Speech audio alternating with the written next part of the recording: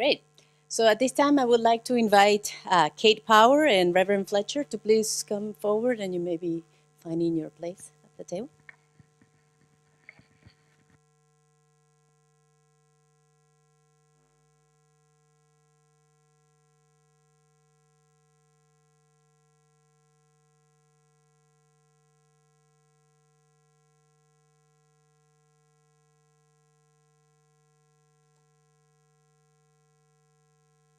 So the name of this first session that we have together is called Introduction to the Initiative and Moving Forward Together. We want to talk about this initiative. What is it? Why is it important?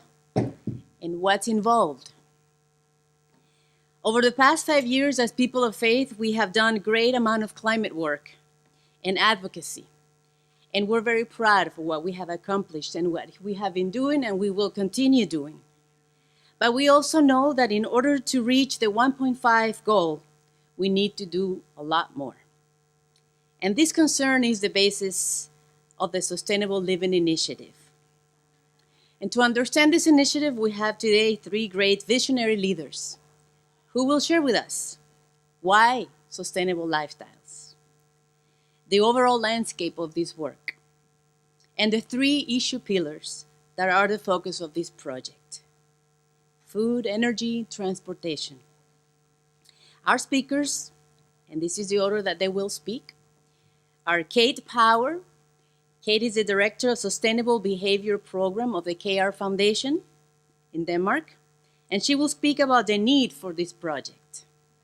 The Reverend Harper Fletcher, Executive Director of Interfaith in the United States, and he will speak about the infrastructure of the initiative itself and our ask.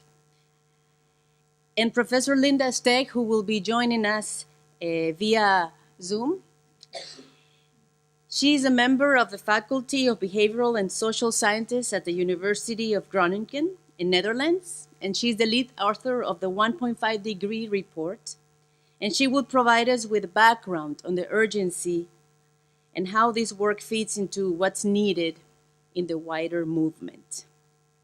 So each of you have around 10 minutes to speak. Irene, who's here sitting in the front, will be reminding us in case we're close to the time. And after that, we will have an opportunity to speak with our neighbor and react to what we had just heard. And then together, we will also share some of our thoughts, concerns, and hopes for this initiative.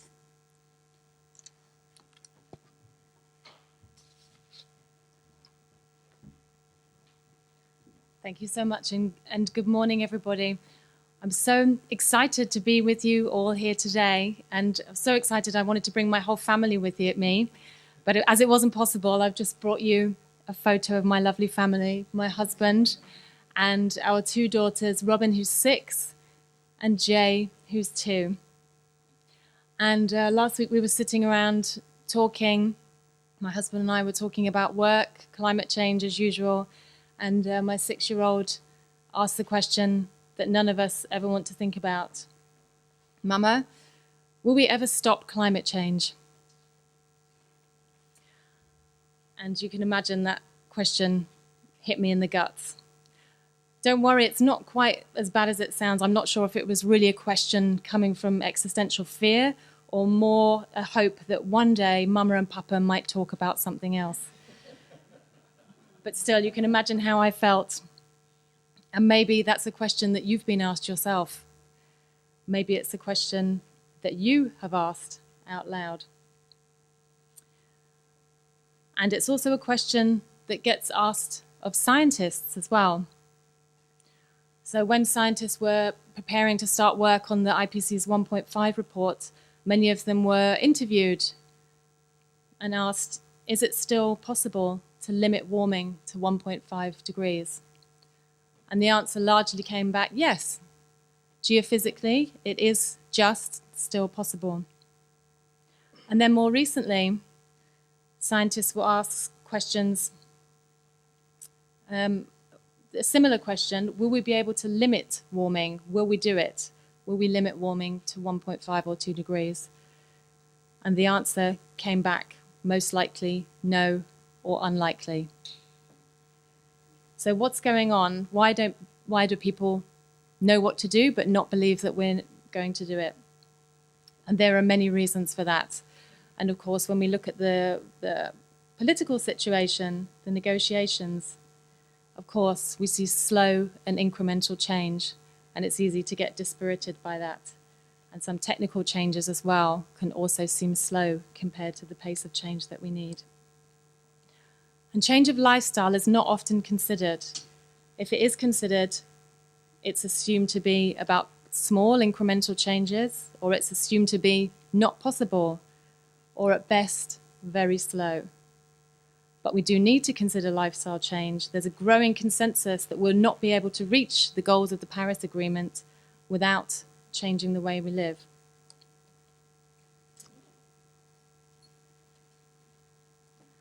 So I'm going to show you some exciting new science which hasn't been published yet. And this is from Detlev van Vuren and his team at Utrecht University. This will be published in the next few months and to feed into the IPCC 1.5 report.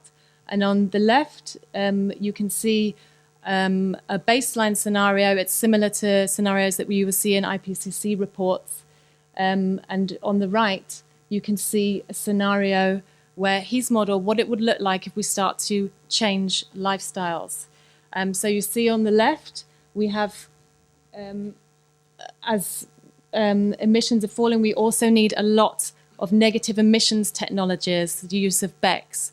Very controversial and unproven technologies form a big part of these scenarios. And in his work, he started to model what it would look like with even some modest lifestyle changes. So his changes that he used for this work included less meat-intensive diets, conforming to health recommendations, less intensive transport, and less use of heating and cooling. So even based on these lifestyle changes, you can see on the right-hand side that the need for negative emissions technologies is greatly reduced, and there's a lot more space, freed up land, which could be used for reforestation. So this is ongoing research. Oh, sorry.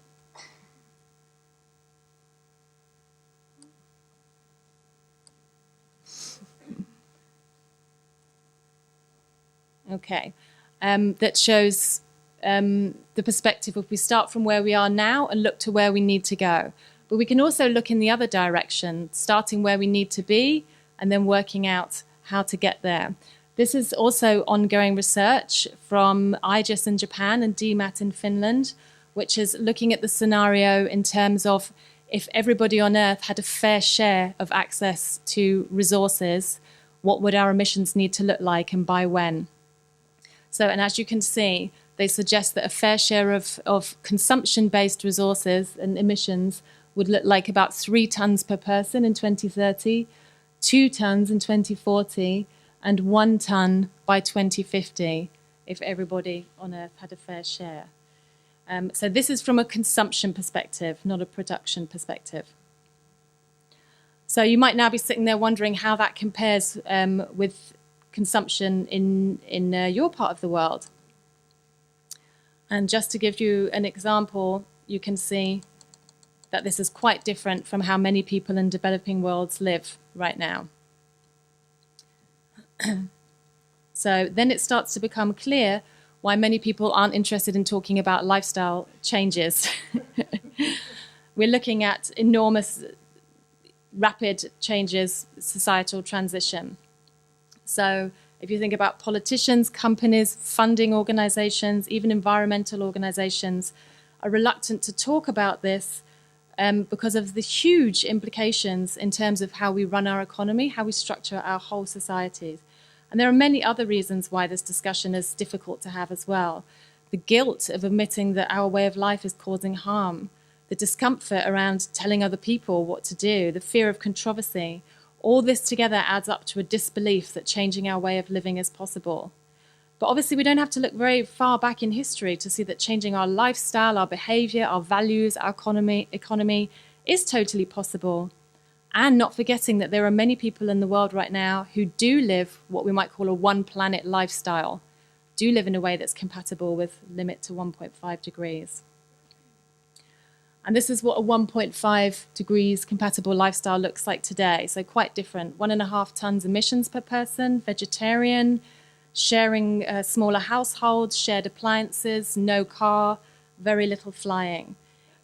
So massive reductions from what we're used to in the developed world. And people living in this way are in countries like Ecuador, Cuba, Iraq, Philippines, Ethiopia, India.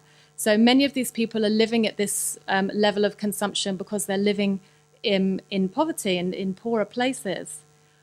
There are also people living close to a one planet lifestyle, even in richer countries. For example, some eco-villages report greenhouse gas emissions 50% lower than is typical for their area. And that's achieved through a combination of infrastructure and lifestyle. And they also report that being surrounded by other people living the same way makes it easier to make those changes. For us, living in the middle of mainstream society, making these changes is much harder. If you've ever tried it, if you've tried being a vegan or not flying, you might have experienced social sanctions, people laughing at you, ridiculing you, even anger from those around you, or trying to pressure you to conform. And that pressure to conform, even if you want to live sustainably, has been described as a glass floor. So when it comes to sustainability, we can see that some of the taboos in our society are actually the opposite of what we need to be. And of course, they're different in different parts of the world. But what would it take to break through this glass floor? It would mean reversing some of the taboos of our society, mainstreaming sustainable practices so that just fitting in, just being normal, just conforming to social norms would mean living sustainably. So how can we make that happen?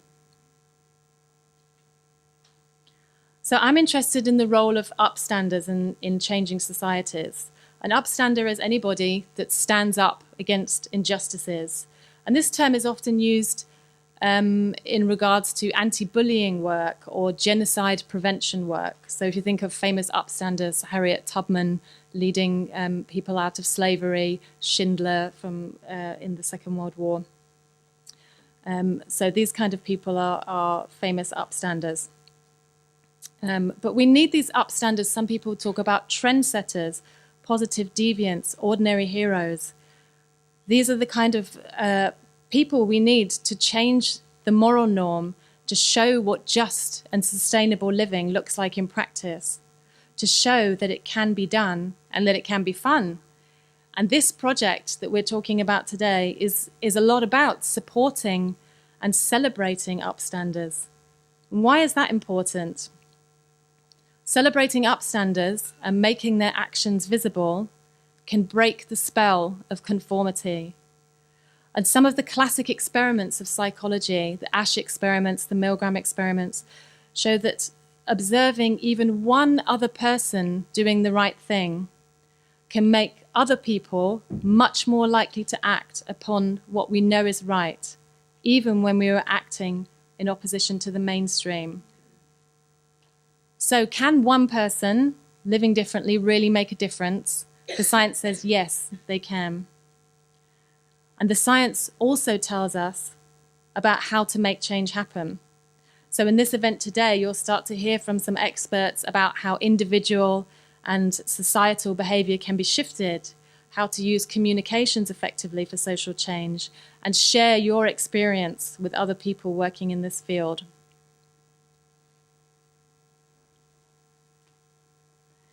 So on the train on the way down here, I was reading Laudato Si. I want to find out what Pope Francis thinks about behavior change. And this is what he says about individual lifestyle changes. We must not think that these efforts are not going to change the world. And I agree with him. I think they are already changing the world. Earlier I said that people don't believe in the possibilities for behavioral change. But even in the last couple of years, that has started to change. Policymakers, environmental organizations, and funders are gradually getting more interested in sustainable living, and they want to hear more about it.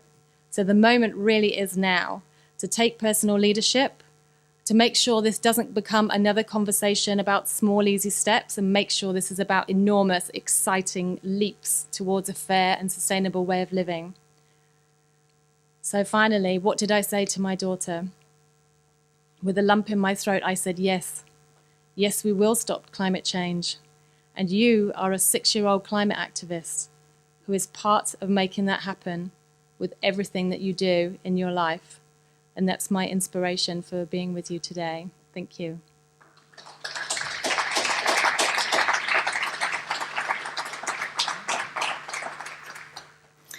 Thank you so much, Kate. It's great to be together, and good morning, everyone. It's really wonderful to see so many longtime friends, and I'm going to try not to shout into the microphone. I'll have to tame my inner New Yorker and tone it down a little bit. So it really is a pleasure to be here today. And what I'd like to do is to share just an outline of the thinking that's gone into this initiative to date. Not with the idea that it is highly planned in a detailed way, but rather to suggest that there are some outlines that we've developed that we think make sense. We hope that that sets up a conversation for the rest of the day so that we can have inputs from all of you about what would feel good about this initiative. How could it work well? What would make it work and meaningful in your communities? What are your concerns about it? What are the feelings that you have about this topic? As Kate said, we know that this isn't an easy sell. There's a saying, I believe it's an Irish saying. It's probably not the best kind of saying for a religious person to use. But the saying is this a private fight, or can anyone get involved? And I think that this topic, the good thing about this topic is that it's something that all of us can engage in. And in fact, for not years or decades, but rather for millennia, faith groups have been engaging this. If you've noticed, there is no large-scale faith tradition on the face of the planet, unless one considers capitalism a faith tradition, that says that the purpose of life is to consume as many resources as you possibly can. It's generally speaking not a widely held spiritual or religious belief. And what's most moving to me as a Christian is not only to see my fellow Christians still taking on disciplines in which they restrain their consumption, they restrain their desires during the course of Lent, but frankly, even more impressively, to see my Muslim brothers and sisters who for a month every year fast from sunup till sundown, a commitment that frankly makes my feeble Lenten commitments pale in comparison. As Nettie said earlier, within our traditions, we have resources that we can draw on. We have habits, traditions that can be made new, that can help us create the level of change that's needed at scale. I also want to be very direct about the fact that we believe that this has value not just on the level of individual behavior, but on the level of cultural and political norms. Research shows, for example, that spokespeople about climate change generally have significantly greater credibility if they're walking the talk. Talk without behavior change, while sincere and heartfelt and even impassioned, is pretty easily discounted by people in power. If, on the other hand, our leaders, business leaders, political leaders, see that large numbers of people really are willing to change, then it becomes more likely that they will follow our example, as is always the case with successful social movements. So with that in mind, the way in which we've approached this is to say, firstly, we want to focus on behaviors that make the biggest difference. The circumstances are dire. Our work needs to matter. What we do needs to count. And so we've looked at what the body of research suggests. And in most settings around the world, the 3 behaviors that matter the most, as Nettie said earlier, are home energy use, moving towards a plant-based diet, and dramatically reducing one's transportation footprint. And so those are the 3 behaviors that in most cases we're going to focus on. We understand that there are contexts where there may be variations on those themes, And that's fine and good. But what does matter, as Kate said, is that we have to focus on big impact behaviors. Small impact behaviors are okay, but they will not get us where we need to go. And we feel, as people of compassion, that that's what we need to focus on. So if those are the focus points, then the question quickly becomes, what's the method? How do we actually implement this? And again, there's a really useful body of research that gives us some important guidance.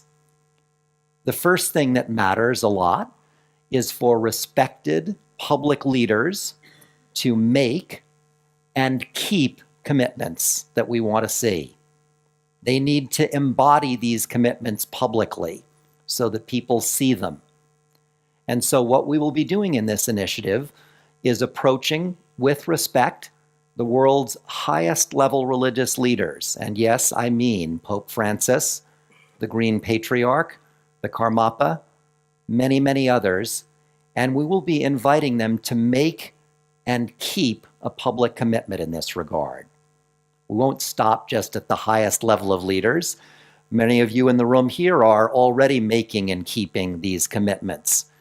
We'll be asking local pastors, imams, rabbis, priests, deacons, people in positions of religious authority locally to do that same thing, to make and keep commitments. It matters when people see their leaders doing that, not just speaking about it, but living it.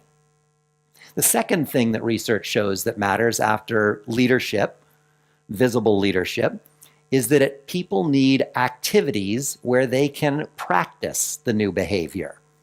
And so what we'll be doing is creating opportunities for spiritual and religious communities, institutions around the world to create activities where people can get experience doing the things that we're asking them to do.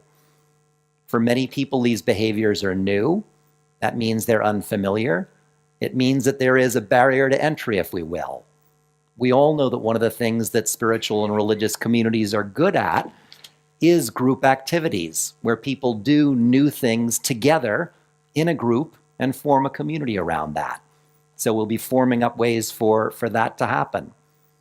A third piece, and note that it's third, not first, is education.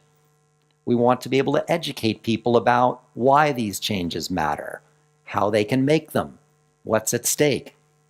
But I think it's very important to recognize that that comes in third place. So much of the time, our tendency is to figure that if we simply provide good information, the world will change. And there's actually a great deal of evidence to show, sadly or not, that that's simply not true.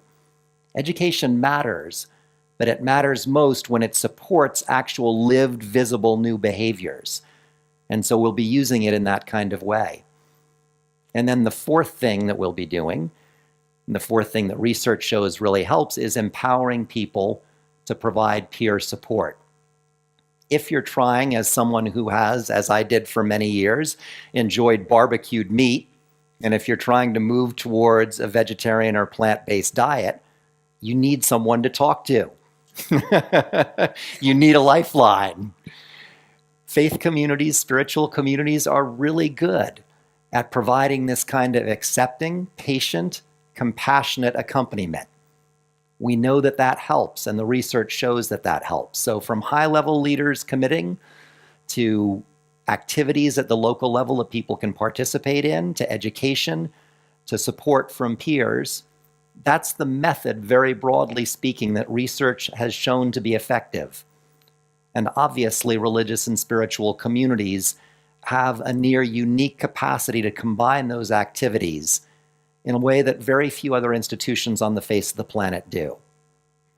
So, we know the urgency, we know what the behaviors are, we have a basic sense of what the method is, and what we're aiming to do over the course of the next year is, yes, to get those high-level commitments, to give people a chance to start to make and keep these commitments, these new behaviors, to start to live into it, building towards, in late September next year, in 2018, an international, global, multi-faith weekend of commitments.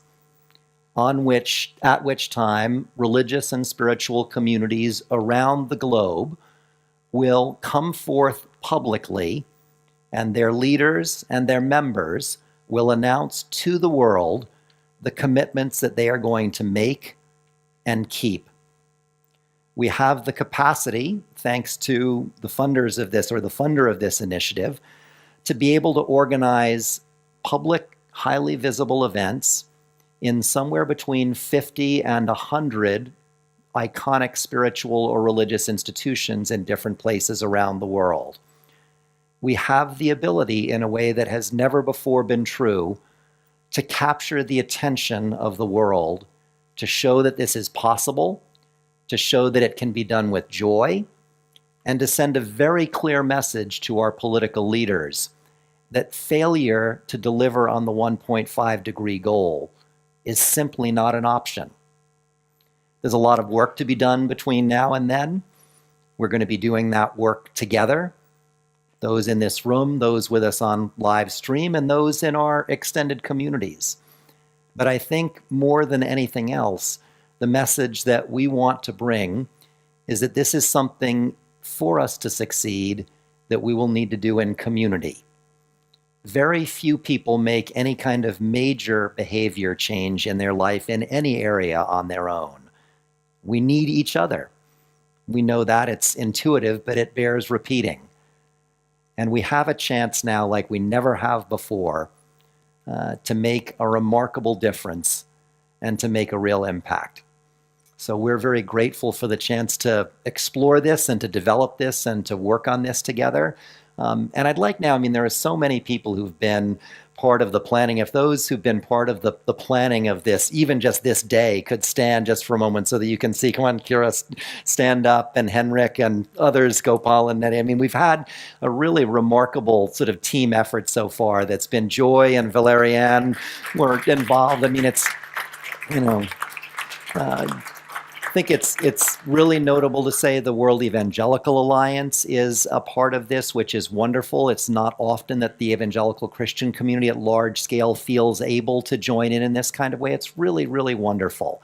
So we've got a good amount of wind at our backs, and on we go. So now we need to make the transition. This is sort of a big moment because this is our first technological transition of the day. So we're now going to transition to Linda Stegg, who I think, Lori, is she with us? She's with us, so. Can you hear me? Yeah. Yes? Good. Yes? Do you want me to start? Mm-hmm. Yes? Good. Thank you very much for inviting me. Let me briefly introduce myself. I'm Linda Stegg. I'm a professor of environmental psychology at the University of Groningen. And I study particularly what motivates people to contribute to a sustainable energy transition and to reduce climate change.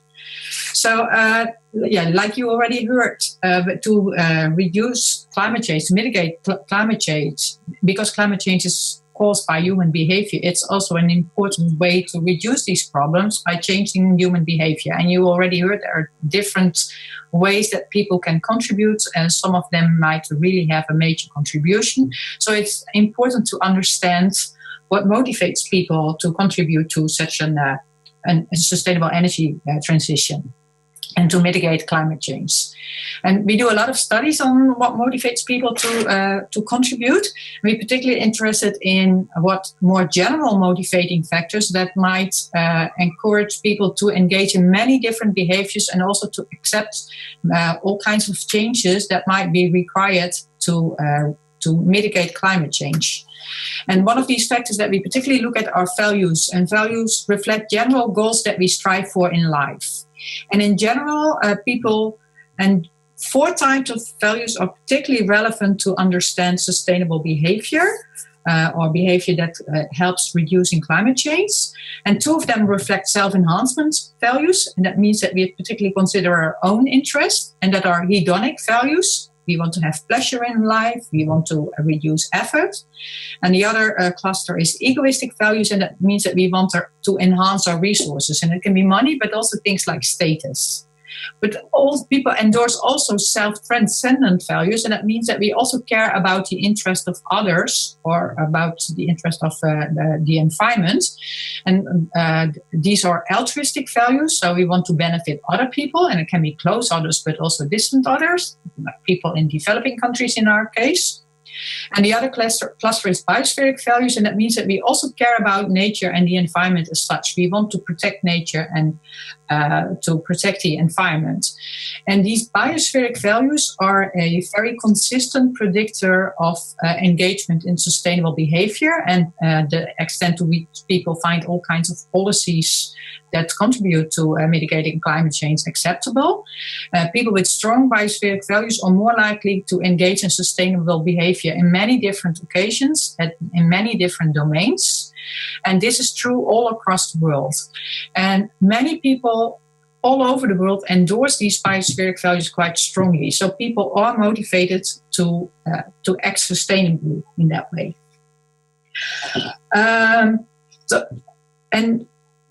These values are important for many different behavior changes, and I just want to emphasize that behavior change is not only that the daily behavior that we need to that we may engage in, like showering less or eating less meat, but also technological solutions involve behavior change. So even if we employ all kinds of new technologies to promote climate change mitigation, these also involve behavior changes. So, for example, you can develop an electric vehicle, but if no one wants to drive in them, it won't help at all. Or you can come up with all kinds of solutions to technological solutions to mitigate climate change, but if people don't find them acceptable, it won't be implemented in democratic societies. So behavior change is much broader than what many people might think intuitively. Now, for your community, what is relevant to know is that bottom-up initiatives like communities trying to motivate their members to engage in sustainable behavior might be really important to help mitigate climate change.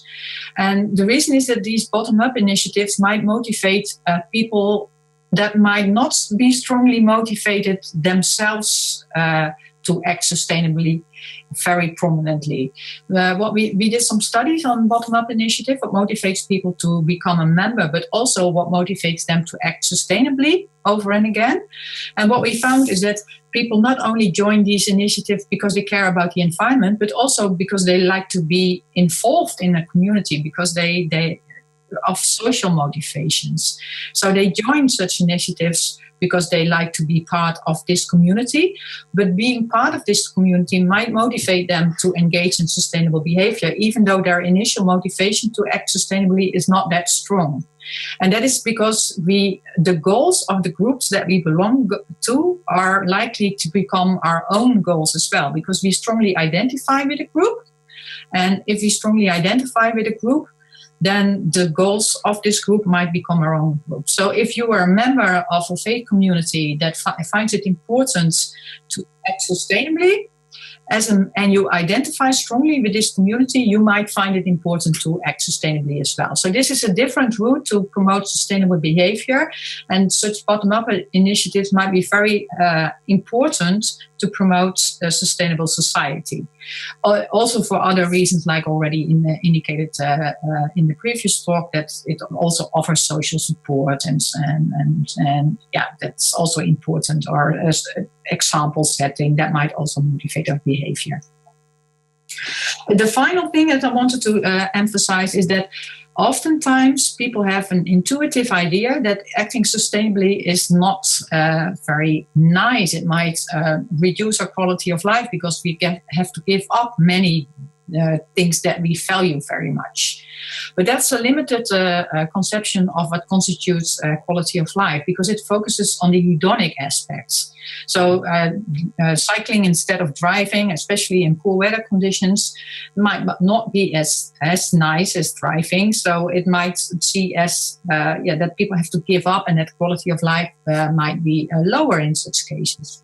But there's a very important other factor that contributes to quality of life, and that's what's called eudaimonia by Aristotle already. It means that we also want to be meaningful. We want to contribute to a greater good, and if we do so, it enhances our well-being. And acting sustainably is by many people perceived as a meaningful action because you help to contribute to a better society. And that might make people feel good, and anticipating this positive feeling might motivate people to act sustainably. So acting sustainably should not only be conceived as something that harms our quality of life, that reduces our quality of life, because it might in the end also enhance the quality of life because we do something meaningful which enhances our well-being. Thank you.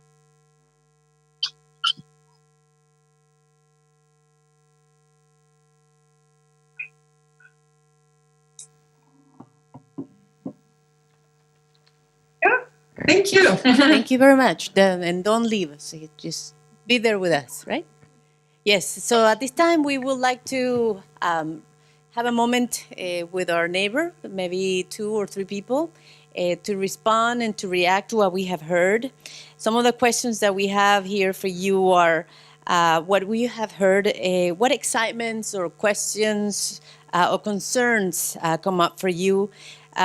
What would an initiative like this mean for your community or your organization or your own life? So let's take 5 minutes to share with our closest neighbor, again, 2 or 3, or maybe sometimes 4 if it's okay.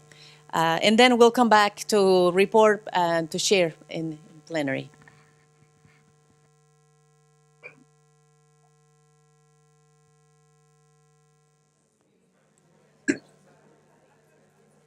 So let's come back, and we're going to give a chance for Linda also to share for a moment about the 1.5 degree report. And then we will take questions, feedback to the presentations. Yes, sorry, I forgot to mention, I'm also a lead author of the IPCC special report of 1.5 degree. And what we aim to do in this report is to assess the scientific literature and see what would be needed to reduce climate change or to make sure that climate change limits until the 1.5 degree. So it's an extensive report, a look at it from many different perspectives to get a better insight in whether it's feasible to limit climate change to 1.5 degrees, but also what type of actions might be needed to realize this. Yeah, and I'm all happy to answer all your questions, but Thank you, Linda. Thank you very much. Okay, so now we have a chance for the rest of us also to share any concerns, questions, any feedback from what you have heard so far today. And Gopa will be helping us to pass around the microphone. We need the microphone in order for the people who are watching live to be able to hear you as well. Who would like to speak first? Don't all speak together. Anyone have any comments or questions or feedback or just thoughts from the group conversations that we just had about this?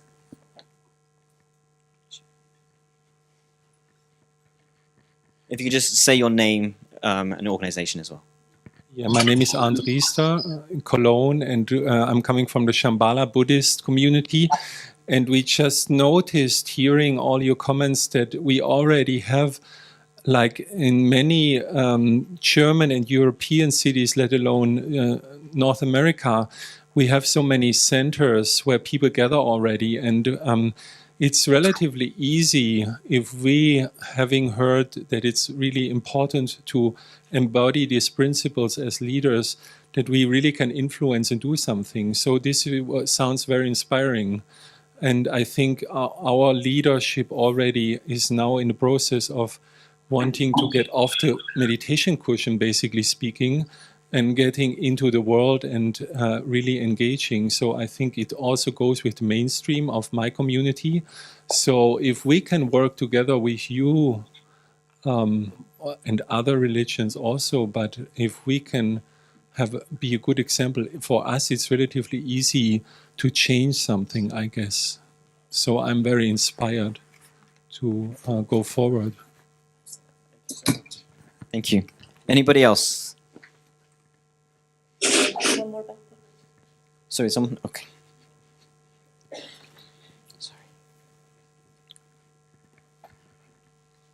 Yes, I'm Walter Bear. I'm with the Episcopal Church in Europe. And we were just discussing here about the use of public transportation and the attitude toward it in, especially in the United States and in Latin America, that it's only poor people use public transportation in the local area, and that's sort of an attitude, and that one. And there are various issues around safety, the quality of the infrastructure, and those kinds of things. And that to model the use of public transportation, I think in those kind of, in North America and in Latin America, I think is somewhat countercultural. And I think unless you live in New York or Washington or someplace, but if you live in a small town in the South or in a small city or in Mexico City, it's very important that we learn how to model that kind of behavior. Thank you. Kyle at the back. Hi, I'm Kyle. I'm with Young Evangelicals for Climate Action from the U.S. And it's probably no surprise to anyone in this room that U.S. evangelicals are kind of in the back of the bus on this issue and have been for a long time. And we're working really hard to change that.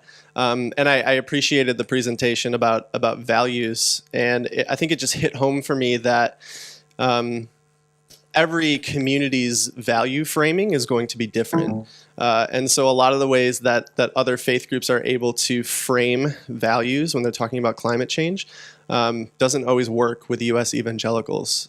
And so I see George Marshall in the room here, and he led a session for us in Paris 2 years ago that was deeply helpful in thinking through how to frame values for your specific community. And so I just want to affirm the presentation as right on and encourage all of us to continue to dive deeply into our specific communities and find out what the values are in our own communities that will speak most effectively to the people we're trying to reach. Because particularly in the U.S. evangelical context, oftentimes when we're talking about climate change and environment, I'm going to rip George Marshall off here. They hear, this is all of the ways that you're wrong. This is all the ways that you need to change to be more like us. And when you do that, the world becomes more how we want it to be, not how you want it to be. And when you hear that, you're not going to be motivated to make a change, because then you risk losing your community. People will always choose community and relationship and tribe. And so finding ways to speak to your community in which they hear, here's all the things that are great about your community. Here's everything you love about who you are. And here's how taking action on climate change strengthens your identity and your belonging in this community. So that's what we're trying to do in the U.S. with evangelicals. I think we're making progress, but just encouragement to everybody to continue to read your community and to translate the values as effectively as possible in your own specific communities. Thanks. Great, thank you, Carl. Oh, how many more do we have, Neddy? I think we have time for 3 more. 3 more? Okay, who's next? Okay. Just name an organization, please. Thank you. I'm Daniel Sinaga from the LWF, Lutheran World Federation. And for me, it was really touching because I don't know, it's not, I think it's not a coincidence because the speakers was coming from Groningen. And I was inspired when I was in the Groningen in 2015. I was a student at that time, and I ride the bicycles every day in Groningen because a lot of students are using bicycles in Groningen, and I was inspired to do also to make it transitions living in sustainable lifestyle in my country, in Indonesia. But yeah, and we've done the project supported by the LWF. I would like to thank you for that. And yeah, it was really great. I think as a faith leader, we can have a role model in the society. So this is what we are trying to do as a faith leader, is a role model in the society to enhance this climate change. And I would like to thank you also for the presentation and give me strong motivation again to work on this climate change. Yeah, we also talk about vegan because we are trying to be a vegan during this high level and trying to make a commitment to be having a lifestyle, a sustainable lifestyle. Thank you so much. Thank you. Who was next? Over here. Thank you, Gopal Bulavinaka. My name is James. I'm with the World Council of Churches delegation from the Methodist Church in Fiji. I'm very grateful for the discussions this morning and for what has been shared and the initiatives. But I come from the developing countries. I come from places affected by climate change, and the reality is food security. You talk about making choices. We don't have many choices. The sad thing is our traditions, our indigenous cultures around the world and our traditions tell us to walk gently on the earth, to live sustainably and take only what we need. But it is what we are learning from the developed countries, the patterns that we are learning, the cultures that are coming in this homogenization of culture through globalization that are telling us to take more and live more. And in the issue of food security, where we are not able to grow the food we need, we have to rely on processed food. We have to rely on things that are adding to the carbon footprint, adding to climate change. So this is, I'm very grateful for this initiative because it's going to end up being a circle where through your work, we will be empowered to embrace our traditional way of living again. But please do keep in mind that there are many of us that do not have the choice on what we eat. Thank you, Vinaka. Yes, thank you. Maybe a female voice? A female voice? We have Just one more. We need a woman. And then we will end with it. Thank you. My name is Catherine from the Lutheran World Federation. I was talking here to nice people from the Islamic Relief. I thank you for that. And we were talking about interreligious dialogue, interfaith dialogue, and we agreed that there is already a lot of interfaith dialogue between Christians and Muslims, and we were thinking that we could actually strengthen that on the topic of sustainable lifestyles and maybe climate change in general, and to have some public statements from our local church and local faith leader, maybe, on a day like the Day of Creation, which we have here in Germany, and we could push forward that topic together. Thank you. Thank you very much. Thank you. Well, because of timing, we need to move to our next session, but we will continue having opportunities to share with each other and later this afternoon. So I will let now Gopal.